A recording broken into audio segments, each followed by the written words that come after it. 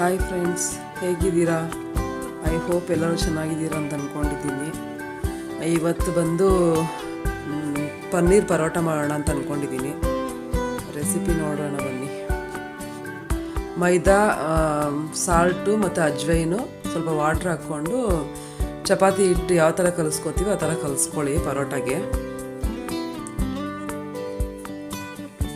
ಸ್ವಲ್ಪ ಅದಕ್ಕೆ ಆಯಿಲ್ ಹಾಕ್ಕೊಂಡು ರೆಸ್ಟ್ಗೆ ಬಿಟ್ಬಿಡಿ. ಅದನ್ನು ಒಂದು 5 ನಿಮಿಷ 10 ನಿಮಿಷ ನೆನೆಯಲಿ ಚೆನ್ನಾಗಿ.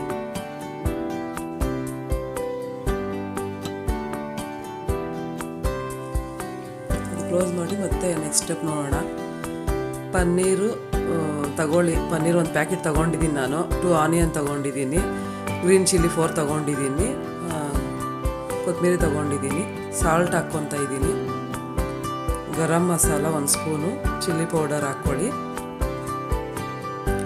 ಹಲ್ದಿ, ಧನಿಯಾ ಪೌಡರು, ಪೆಪ್ಪರ್ ಪೌಡರು,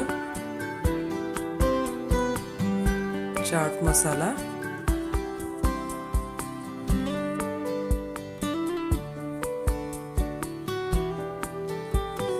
ಎಲ್ಲ ಪೌಡರ್ ಎಷ್ಟೆಷ್ಟು ಹಾಕಬೇಕು ಅಂತ ನಾವು ಅಲ್ಲಿ ಬರ್ದಿದ್ದೀವಿ, ನೋಡ್ಕೊಳ್ಳಿ ಎಷ್ಟೆಷ್ಟು ಹಾಕಬೇಕು ಅಂತ ಅಂದ್ಬಿಟ್ಟು.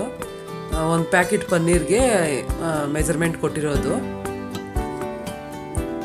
1 ಪ್ಯಾಕೆಟ್ ಪನ್ನೀರಲ್ಲಿ ನಿಮಗೆ ಹೆಚ್ಚು ಕಮ್ಮಿ ಒಂದು 8-9 ಪರೋಟ ಆಗುತ್ತೆ.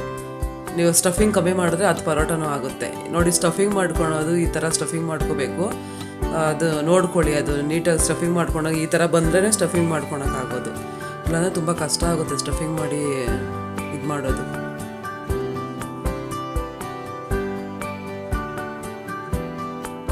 ಸ್ಟಫಿಂಗ್ ನೋಡ್ಕೊಳ್ಳಿ ಎಷ್ಟು ಬೇಕು ಅಂತ. ಕಮ್ಮಿ ಮಾಡಿಕೊಂಡ್ರೆ ಟೇಸ್ಟ್ ಚೆನ್ನಾಗಿರೋದಿಲ್ಲ.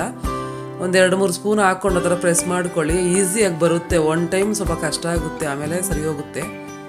ನೋಡ್ಕೊಂಡು ಸ್ಟಫಿಂಗ್ ಸ್ವಲ್ಪ ಆದಷ್ಟು ಸ್ವಲ್ಪ ಚೆನ್ನಾಗಿ ಜಾಸ್ತಿ ಹಾಕ್ಕೊಳ್ಳಿ, ಅವಾಗೆ ಟೇಸ್ಟ್ ಚೆನ್ನಾಗಿರೋದು.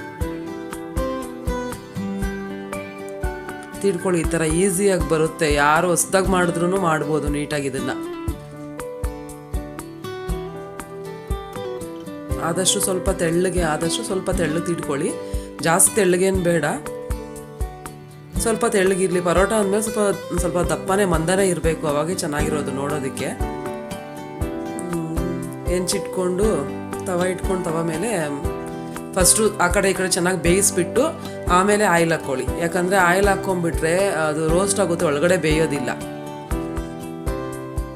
ಸ್ವಲ್ಪ ವಿತೌಟ್ ಆಯಿಲಲ್ಲೇ ಸ್ವಲ್ಪ ಚೆನ್ನಾಗಿ ಬೇಯಿಸ್ಕೊಂಡು ಆಮೇಲೆ ಆಯಿಲ್ ಹಾಕ್ಕೊಳ್ಳಿ. ಸ್ವಲ್ಪ ಫ್ಲೇಮ್ ಕಮ್ಮಿ ಇಟ್ಬಿಟ್ಟು ಬೇಯಿಸ್ಕೊಳ್ಳಿ. ಯಾಕಂದರೆ ಒಳಗಡೆ ಕುಕ್ಕಿಂಗ್ ಆಗಬೇಕಲ್ವ, ಎಲ್ಲ ಹಸಿದೇ ಇರುತ್ತೆ ಅದು. ಹಂಗಾಗಿ ಸ್ವಲ್ಪ ಕಮ್ಮಿ ಇಟ್ಕೊಂಡು ಗ್ಯಾಸ್ದು ಬೇಯಿಸ್ಕೊಳ್ಳಿ ನೀಟಾಗಿ. ನೋಡಿ, ಪರೋಟ ರೆಡಿ ಆಗಿದೆ. ಅದು